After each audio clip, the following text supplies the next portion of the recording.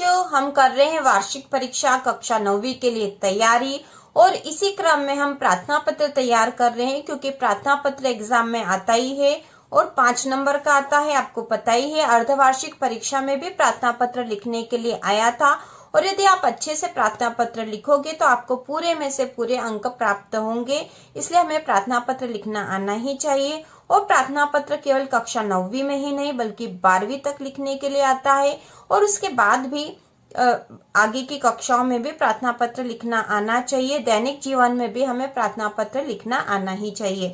तो चलो बच्चों शुरू करते हैं। तो आज प्रश्न है, अपने विद्यालय के प्राचार्य को शुल्क मुक्ति हेतु आवेदन पत्र लिखिए। तो शुल्क मुक्ति हेतु आवेदन पत्र इम्पोर्टेंट प्रार्थना पत्र है।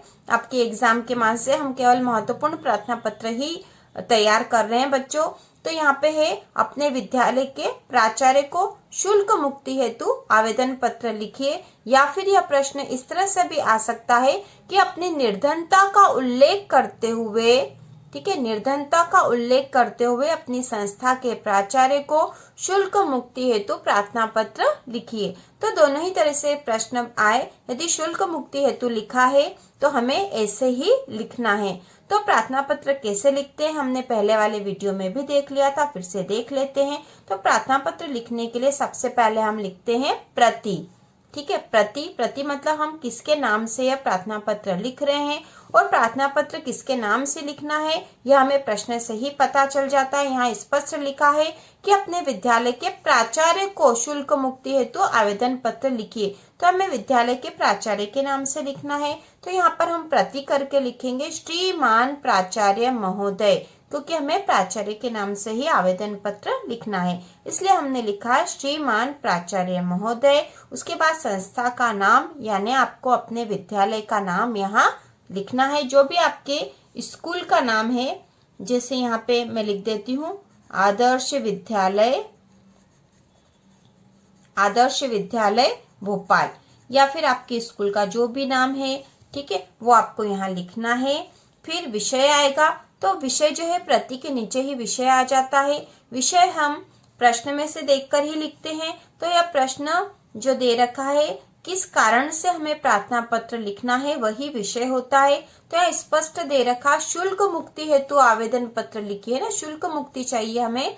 शुल्क मुक्ति मतलब, शुल्क मतलब होता है फीस, शुल्क मतलब होता है फीस, फीस से मुक्ति चाहिए, मतलब हमें फीस माफ करने के लिए आवेदन पत्र यहाँ लिखना है।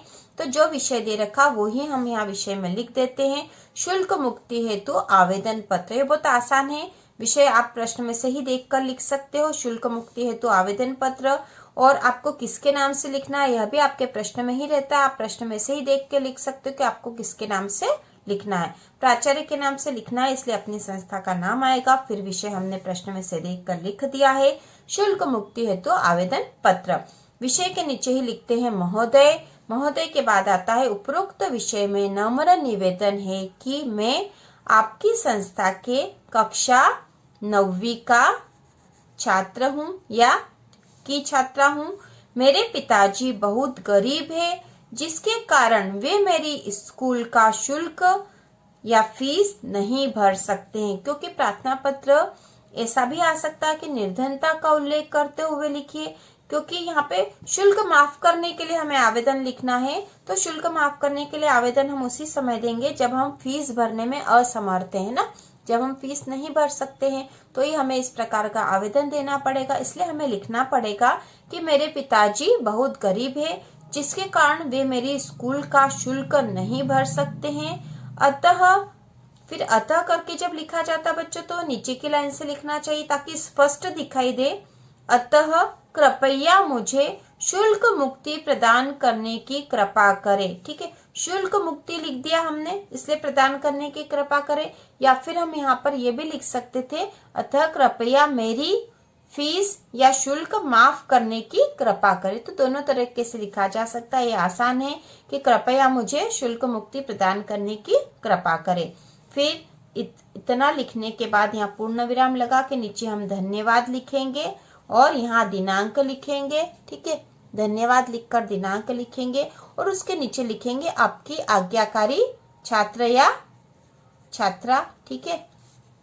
और नीचे यहाँ पर आपको अपना नाम लिखना है। एग्जाम में नाम नहीं लिखते हैं, इसलिए हम यहाँ पर अपने रोल नंबर लिख देंगे। ठीक है, रोल नंबर लिख देंगे, एग्जाम में नाम नहीं लिखते हैं। और फिर यहाँ नीचे लिख देंगे कक्षा, ठीक है, कक्षा 9वीं। ठीक है, तो इस प्रकार से हम यह प्रार्थना पत्र आसानी से लिख सकते हैं और ऐसे आप लिखोगे तो आपको पूरे नंबर प्राप्त होंगे। और इसी तरह के और वीडियो देखने के लिए चैनल को सब्सक्राइब कीजिए।